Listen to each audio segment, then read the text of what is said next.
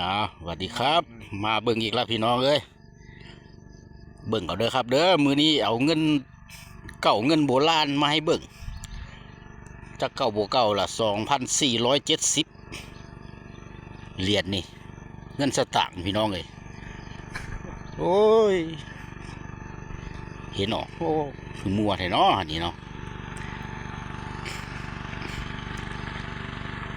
2,470สตางค์แต่ปูแต่หญ้าจักแต่มาล่างใดโดนเติบพี่น้องกับท่านได้เห็นอยู่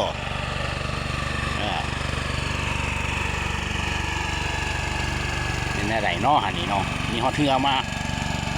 เห็นเหรอพี่น้อง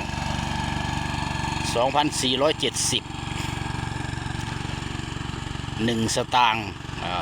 มือนี้มากับคู่กับเงินบาทกาขุดก็มีมาอีกเด้นี่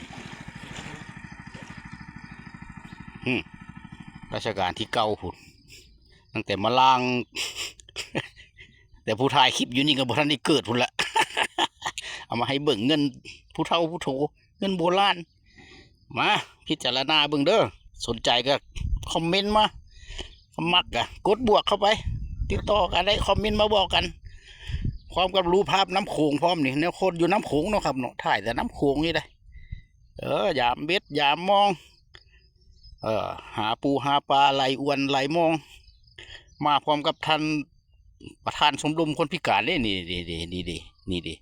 งานน้ำมาเบิ่งกล้องแน่เห็นว่าก็ได้สวัสดีครับนะแม่